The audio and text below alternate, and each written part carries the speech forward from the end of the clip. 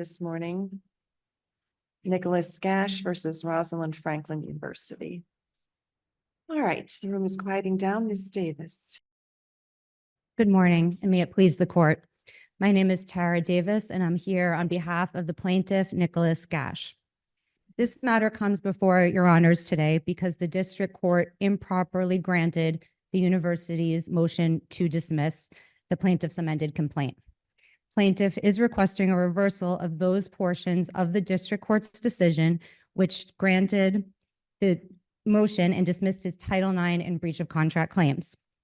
The district court's decision should be reversed because the amended complaint plausibly alleged both a Title IX and a breach of contract claim. When assessing a 12B6 motion to dismiss, the court must accept all factual allegations in the complaint as true, must construe the complaint in the light most favorable to the non-moving party, and must draw all reasonable inferences in the plaintiff's favor. The district court failed to do so here, warranting a reversal. Ms. Davis, what was different about this situation for your client because he was a man? So a number of things, starting with the decision to investigate the matter from the beginning. This alleged conduct occurred off campus, and the university's Title IX director decided to have the matter investigated and adjudicated. That was the first in a series of procedural irregularities, all of which went against the plaintiff and none of which went against the complainant, Jane Roe. Does that make it accuser-centered versus male-female centered?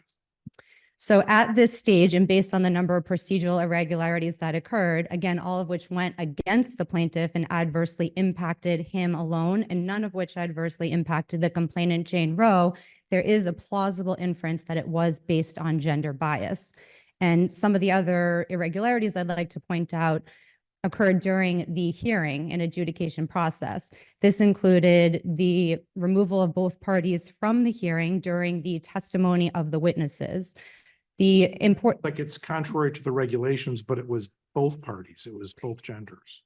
That's correct. It was contrary to the regulations and both parties were removed from the hearing. However, the significant point is that the parties were not similarly situated, meaning the plaintiff, as the accused, was in a much different position and had much more to lose should he be found responsible, which he ultimately was, and sanctioned, which he ultimately was, with an expulsion. There is a reason that the Constitution provides for a right to confront witnesses to an accused.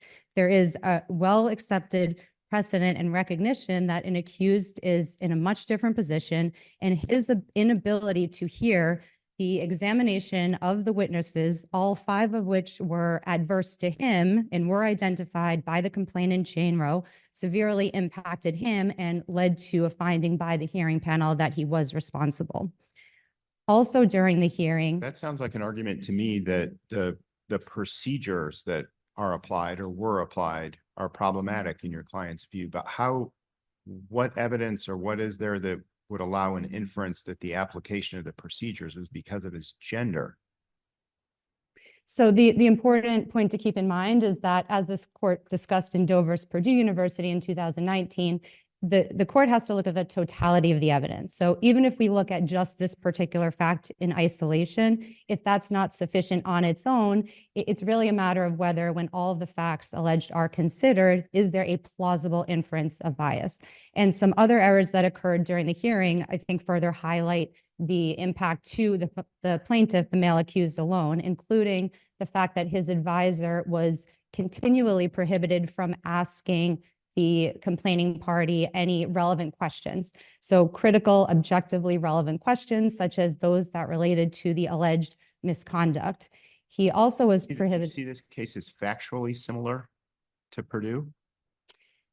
There are some similarities. It's a different factual background. There's no, set list of facts that have to be established to meet the plausibility thresholds for a Title IX claim when faced with a motion to dismiss. But I think there were equally concerning errors that occurred here, particularly during the hearing process, some of which I just mentioned, in addition to the fact that the plaintiff's advisor was not able to question the complaining party, Jane Roe, about anything she said in her opening statement, which presumed that what she was claiming had happened was true. So when plaintiff's advisor attempted to ask questions to point out inconsistencies or things that she had said that made her account not credible, that she had said during her initial opening remarks, he was prohibited from doing so. He also was prohibited from asking the quote unquote outcry witness about what the complaining party had told her. So there were just a number of errors that occurred during the hearing process, again, all of which went against the plaintiff only, and which prevented his advisor from exploring the credibility in Jane Roe's account. The hearing panel also ultimately found that the plaintiff was responsible, as I mentioned, and expelled him. But what they failed to recognize was that it was undisputed that the plaintiff was incapacitated by the university's own definition, meaning he could not and was not capable of consenting to sexual activity. The hearing panel disregarded this entirely. There was no discussion about it. It wasn't even mentioned in the hearing panel's decision letter. So that's another indication of how the male accused was treated differently, and again, plausibly suggests that gender bias was a potential motivating factor here. The investigator also conducted an investigation that was far from thorough, which further raises another procedural irregularity. And she failed to fairly summarize the relevant evidence, which is another violation of the 2020 Title IX regulations. And the way that she conducted her investigation was by conducting interviews with the parties. There was no follow-up. There was no probing questions that were asked of the complaining party, Jane Roe. And ultimately, she produced a report that was about 5 or 6 pages and really lacked in any substance. The hearing panel further, or I'm sorry, rather, the one other point I wanted to raise, and something else that was discussed in Doe versus Purdue, was the external pressure that was created on the university. So the 2011 Dear Colleague letter led to a sea change in how universities handled and responded to sexual assault complaints. And the atmosphere that was created persists to this day. So whether there have been a rescission of the rules or they're currently undergoing proposed rulemaking changes, that atmosphere and the culture that impacted campuses and the universities' concern about being subjected to an investigation or having federal funds withdrawn, that continues. And that's, again, not something to be viewed in isolation, but rather viewed in the totality in light of all of the circumstances to determine if there is a plausible inference. Again, we're at the motion to dismiss stage, so not whether the plaintiff may ultimately prevail on a motion for summary judgment or at trial. But at this point, is there enough to plausibly suggest that there was a gender bias motivation, enough to get him past the hurdle of the initial motion to dismiss and to be able to conduct discovery in this matter? And unless the court has further questions, I'd like to reserve some time for rebuttal. That's fine. Thank you. Ms. Smith.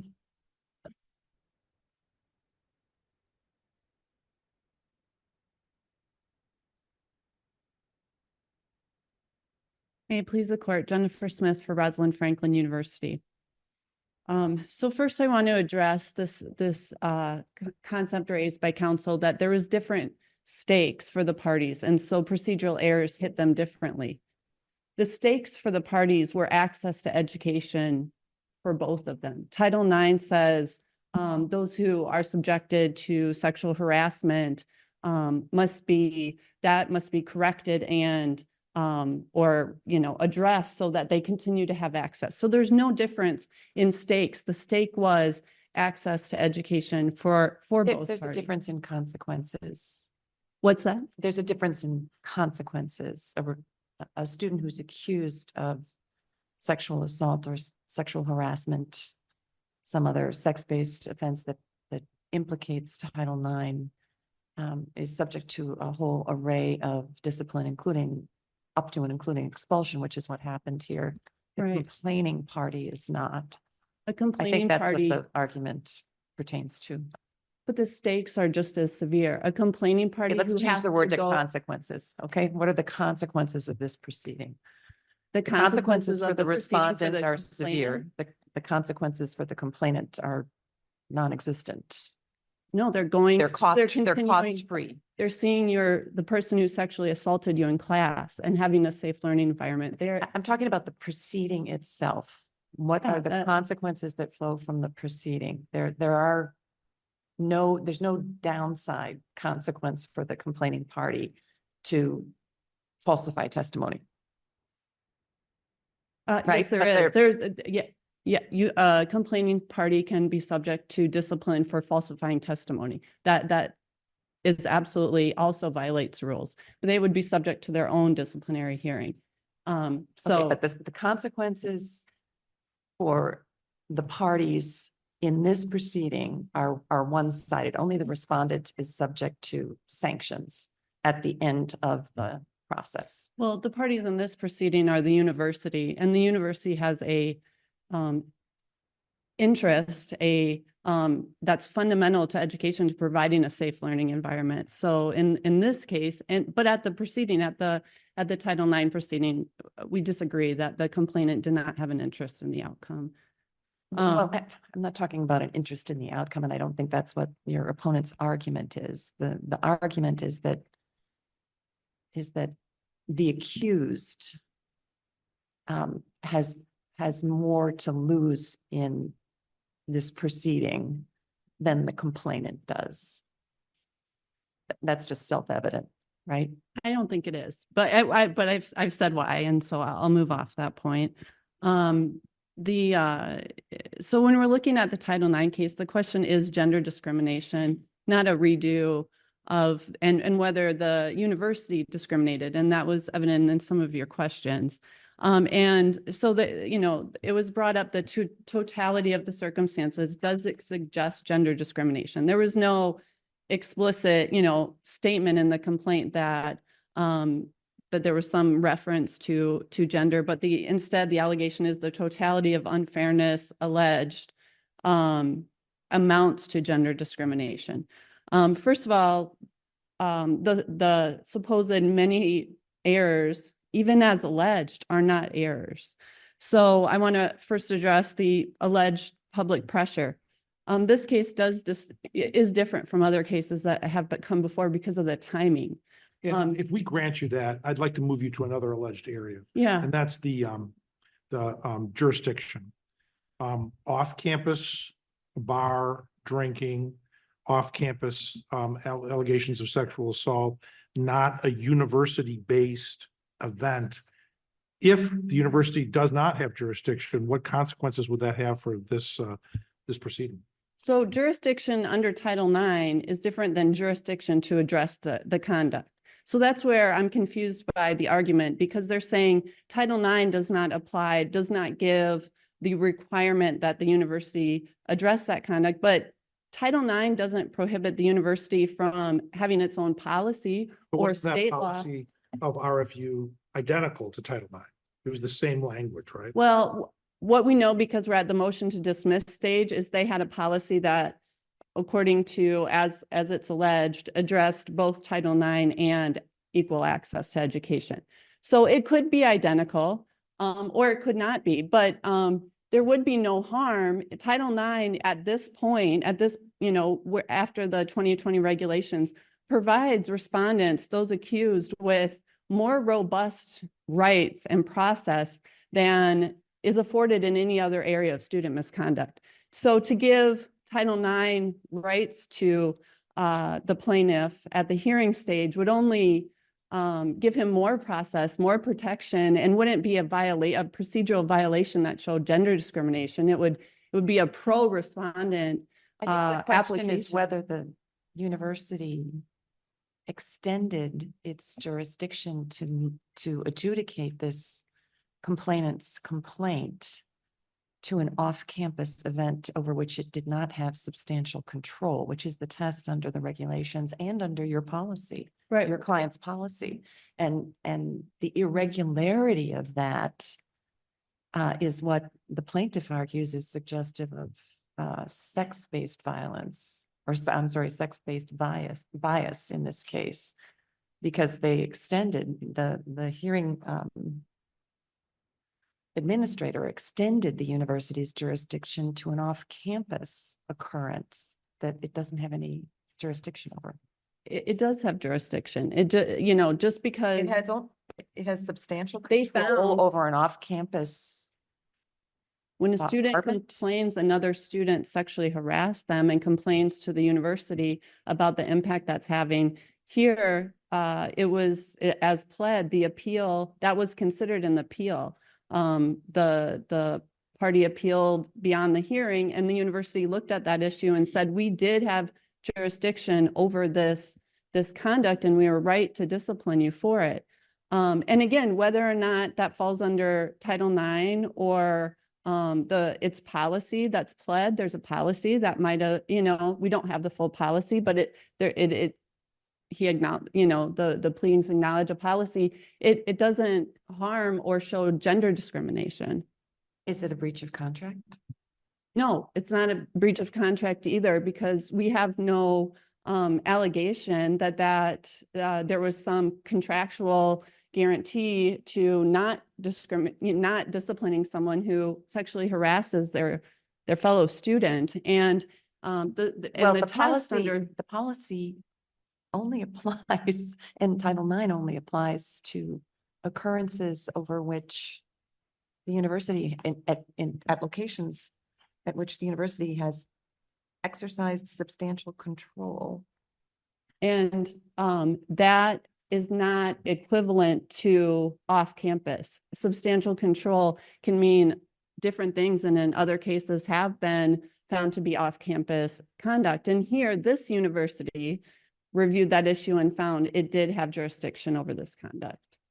The complaint alleges that this was procedurally irregular because of what the policy says and what the Title IX regulations say about the university's jurisdiction to adjudicate these complaints. So is that not something we just accept as an allegation in the complaint rather than try to resolve it at this stage? They don't allege that it's conclusory to say it's irregular. They don't allege other cases where there was a female respondent and they did not pursue it because it was off campus. There's, other than their conclusory statement, this is irregular, we have nothing on that point. And it's self-evident in the Title IX regulations that say universities are not restricted from addressing things that are beyond the scope of our regulations. So with that, my time is called. All right. Ms. Davis, you had some time in rebuttal. Thank you. Counsel for the university claims that the alleged procedural errors were not necessarily errors because, or at least that the complaint didn't allege that. And when saying that the procedural errors were irregular, what we mean by that, and if the court has any questions on this, I'm glad to clarify, but we mean that it was not in line with either the Title IX regulations and or the university's policy. So the complaint in our briefing makes clear that there were, again, a number of procedural issues or errors, again, all of which went against the plaintiff and none of which went against Jane Roe, the complaining party. What if we had all of these irregularities as I argued, and the accuser and the respondent are flipped? Mm-hmm. What about the maleness or the femaleness inserts the gender aspect?